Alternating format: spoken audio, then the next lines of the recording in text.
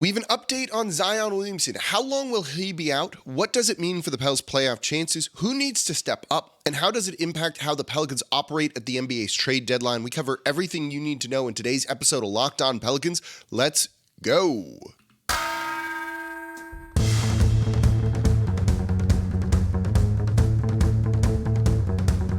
You are Locked On Pelicans, your daily New Orleans Pelicans podcast. Part of the Locked On Podcast Network, your team every day.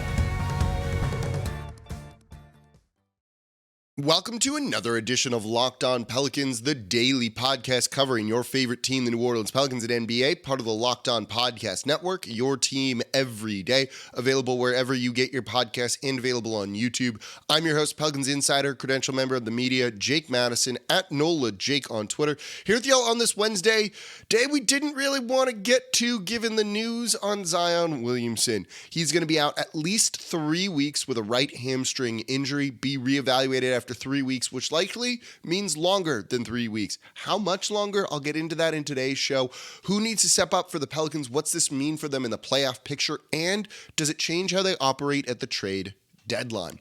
Before we get to all of that, though, today's episode of Locked On Pelicans is brought to you by BetOnline. BetOnline has you covered this season with more props, odds, and lines than ever before. BetOnline, where the game starts. And thank you for making Locked On Pelicans your first listen today and every day. We're here Monday through Friday for y'all with the good news and the bad news, breaking down what it means for this Pelicans team. And we got some bad news today. Subscribe wherever you get your podcasts. Follow along on YouTube and comment down below on YouTube. That's the number one thing you can do to support the channel. Completely free. No one else comes to you all like this. Even doing shows when I was sick, very sick, and we were still knocking him out. So let's get into it today here with Zion Williamson. So we got news from Pelicans PR that Zion underwent an MRI and imaging after he pulled up limping in the loss to the Philadelphia 76ers. It's a right hamstring strain, and he will be reevaluated in 3 weeks. 3 weeks from today, when I'm recording this, the 3rd is the 24th. The Pelicans have a back-to-back set that day, so let's push it back a day and say maybe the 26th or so is the first day that he would really be able to go. This sucks for a number of reasons. This sucks for very, very many reasons. The first and foremost one is he's been really good in his last 15 games. 29.3 points, 7.6 rebounds, 5.4 assists, 1.1 steals, 0.8 blocks. He's been leading this team. They were first in the West to end 2022. They're currently third in the West, but just a game behind the number one seed. Zion has been playing like an all-star. He's been playing like an all-NBA guy. And keep that in mind because that actually may loom large long term. He's just been flat out really good. Like there's no other way to say it. He's looked fantastic. He's had an above 40-point game that kind of put him on the stage. He's been mentioned in the MVP conversation kind of as a mid-tier candidate. He's been all over the place and the Pelicans have been good and he's the biggest reason why. They've been winning and it's right now mainly due to Zion Williamson and his play. But now he's going to be out at least 3 weeks. So look, if he returns at the earliest in 3 weeks, they review him and they're like, oh, the hamstring looks great. It looks really good. He's still not going to be ready to play.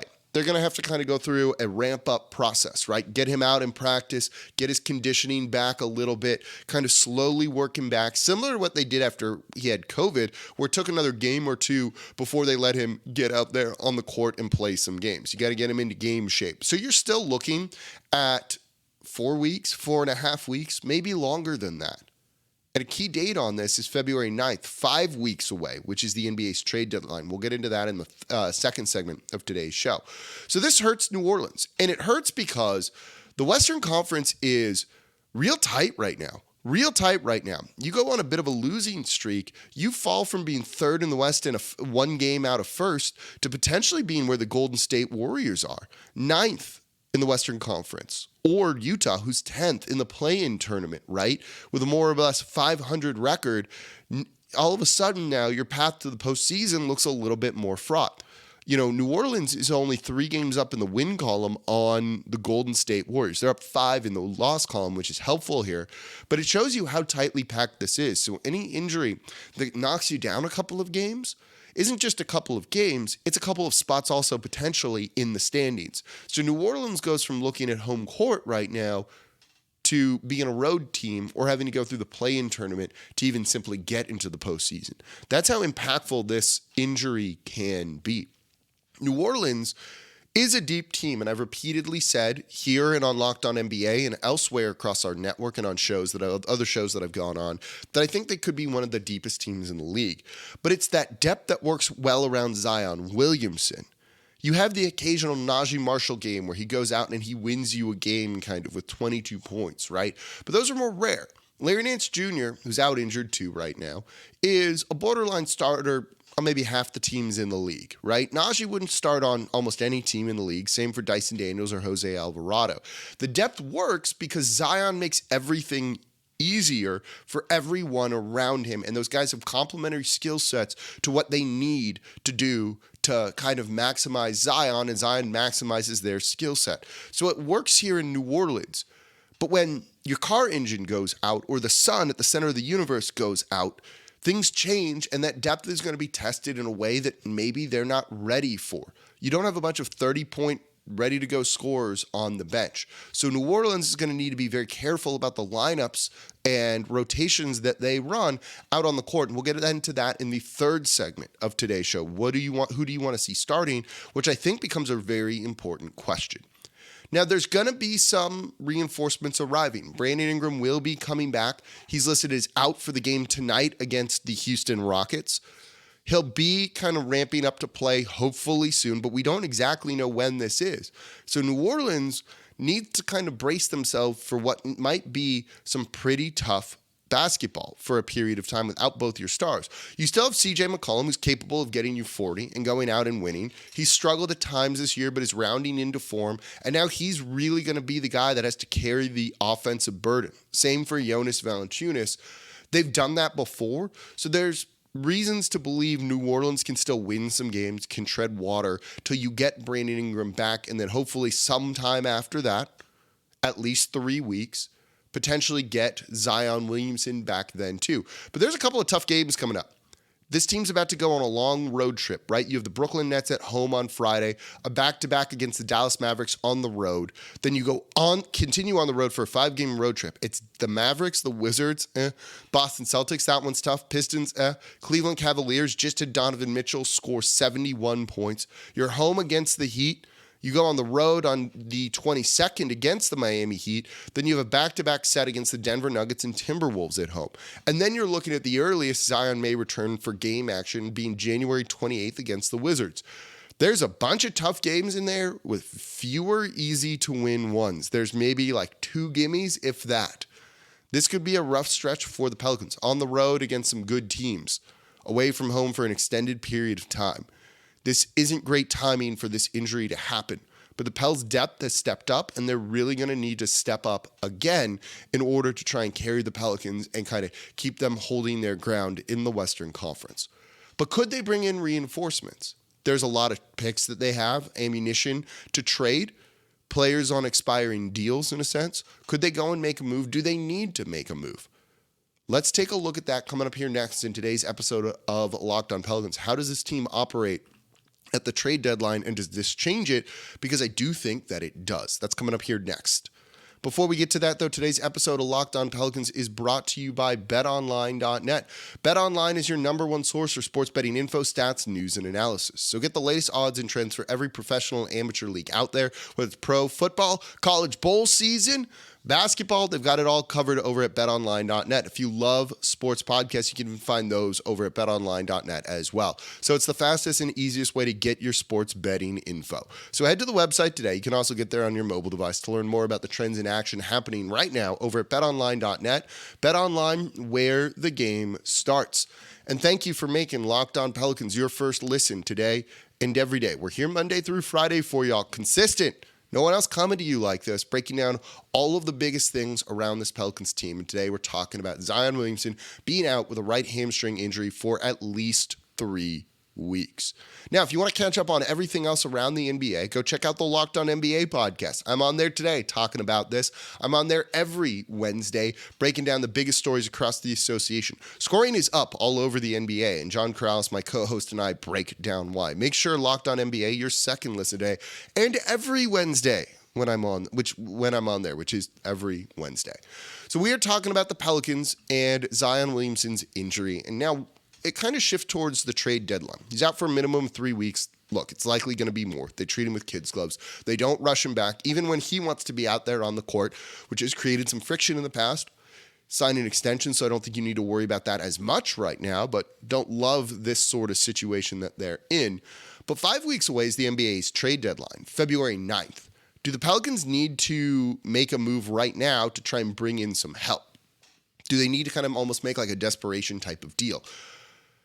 So I'm not sure that they do. I've said I'm viewing this team this year with a much longer outlook than just this season. That's in particular because the Pelicans have a big roster payroll and potentially are in the luxury tax next year. That's not a good position to be in as a small market team. You need to really think long term. You make a trade that brings an extra salary, pay the luxury tax next year, and then all of a sudden might have to sell off parts of the team, trade players away essentially, because you can't keep affording those as a small market team. It's unfortunate. It's the reality of the NBA and how it kind of often works for small markets. I'm not ready to start that luxury tax clock until I really, really need to. Look, it's not my money. Pay it. I'd say pay it every single year. But that's not a realistic approach to it, right? That's not how this team is going to operate and what they're going to do. So I don't think they need to make a panic trade for this right now. The Pelicans drop to 6, and that's where they finish in the West at the end of the year. I'm fine with it. You've got to think about next year being the first year that you're like, oh, we're real good. We have all the pieces in place. Guys are still growing.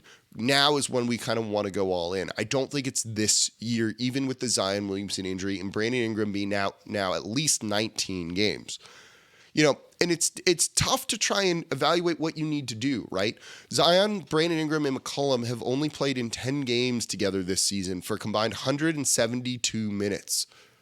That's not a lot of data on what you really need to know when it comes to this team. But here's the thing, right? Do you need a lot of data with those 3 guys out on the court? Watching this team with Zion out there without Brandon Ingram, we kind of know where some of the weaknesses are. They could use some more reliable three-point shooting, I think. Jackson Hayes is kind of filling that backup big, especially defensively, that we wanted to see. I don't know if there's a ton of moves they need to make. I don't think they need to be stuck in a position where they look at this and go, oh, I don't know what to do, so we're not going to make any move. I still think they can kind of make some moves around the edges for reliable guys. You could look at a guy like Kelly Olynyk or Malik Beasley coming over from the Utah Jazz, and I think they would trade both of those guys. Those are all players that are still on the table, but were on the table before Zion, B.I., and CJ haven't played together at all. So I don't actually think this injury changes a whole lot. You'll get Brandon Ingram back sooner rather than later at this point, and we know what he's capable of doing. He led the team to the postseason last year. He played great against the Phoenix Suns in the first round. Get him a little bit of help and things will still be okay.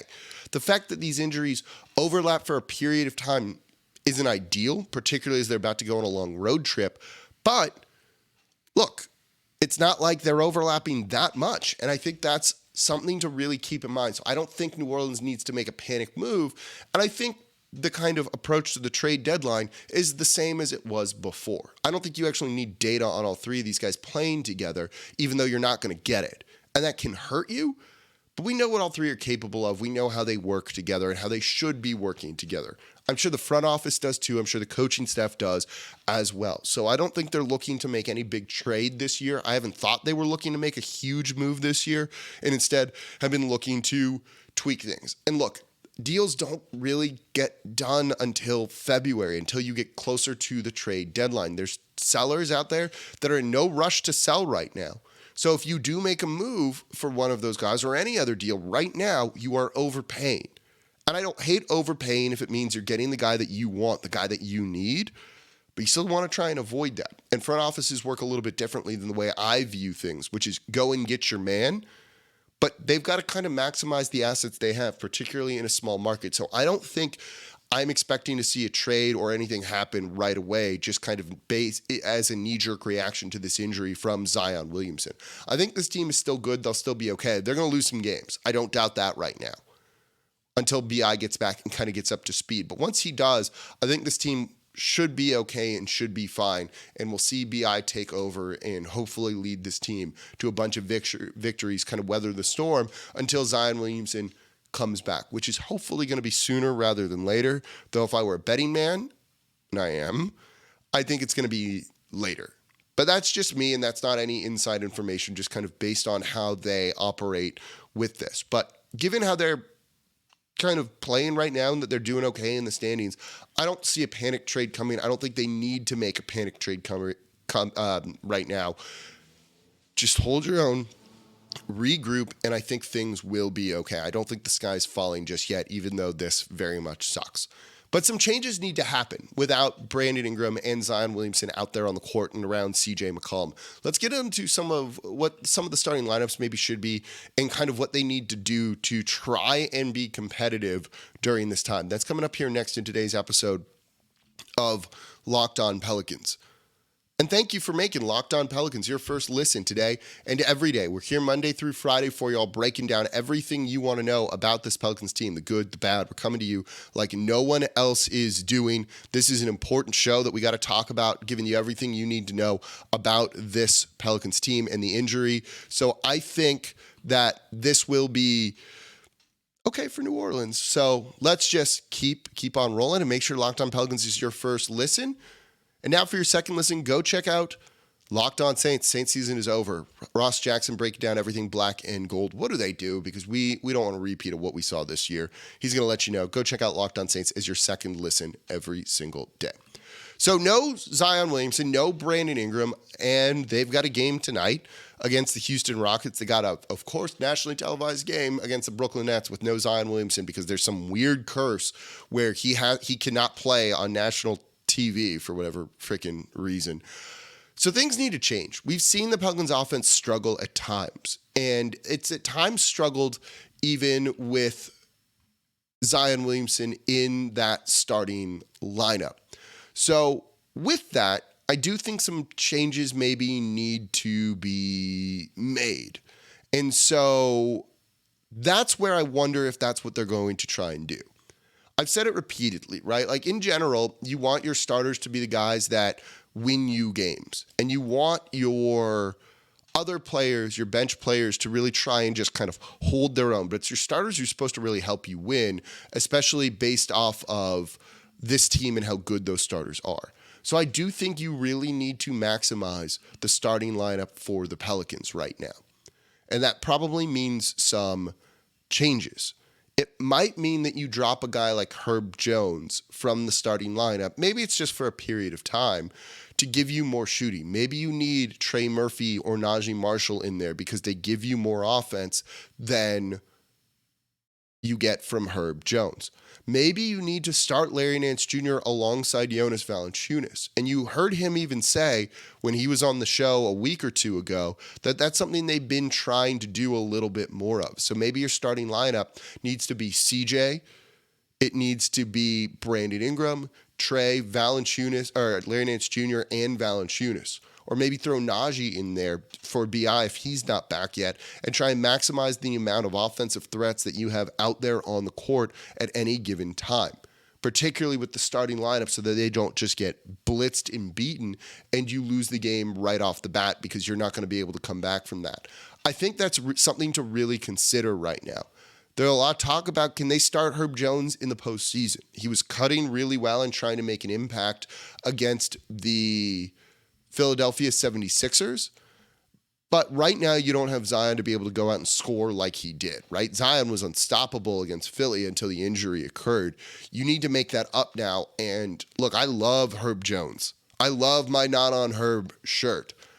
But maybe you need to consider maximizing your starting lineup offensively. With BI out there, it's going to obviously be CJ and BI in there and Valanciunas. Do you go Najee and Trey? Do you go Dyson Daniels and Trey, potentially, something like that? Jose and Trey? Jose and Najee? I don't know. Any combination of that. But I wonder if you just need to have more offense out there and really try and use that to your advantage to just try and kind of stay competitive with a number of teams. certainly when BI is out, it's just CJ, you need to try and get some other scores and some others out there to take the offense burden off of him, because we've seen him struggle when it's just kind of him doing the thing and not anyone else out there. Him as the floor general hasn't quite worked. So get some other offensive threats to take the burden off of him and let him work a little bit more off ball, which is when he's been his best, I think. So there's going to need to be some lineup and rotation changes, I think, from Willie Green and staff. I'm going to be curious to see what they do, and we'll start to get a preview of that against the Houston Rockets in this game tonight. At least the Rockets aren't the most competitive team, but this all of a sudden becomes a whole lot harder with no BI, who hasn't gone through a full practice yet. They said he's still getting some individual work in, but hasn't gone through a full practice. It still might be another week before we see him too. This could go on for a week or two without both of these guys, BI or Zion, on the court. And New Orleans needs to find ways to make that up. And that means maximizing your players, and it might mean maximizing the offense. That's kind of what they've done best so far this year. We'll see if that's what they do tonight against the Houston Rockets. And that's going to do it for this episode of Locked On Pelicans. Thank you all so much for listening. As always, I'm your host, Jake Madison, at NolaJake on Twitter. And I'll be back with y'all tomorrow to recap the game and see how the Pelicans fared.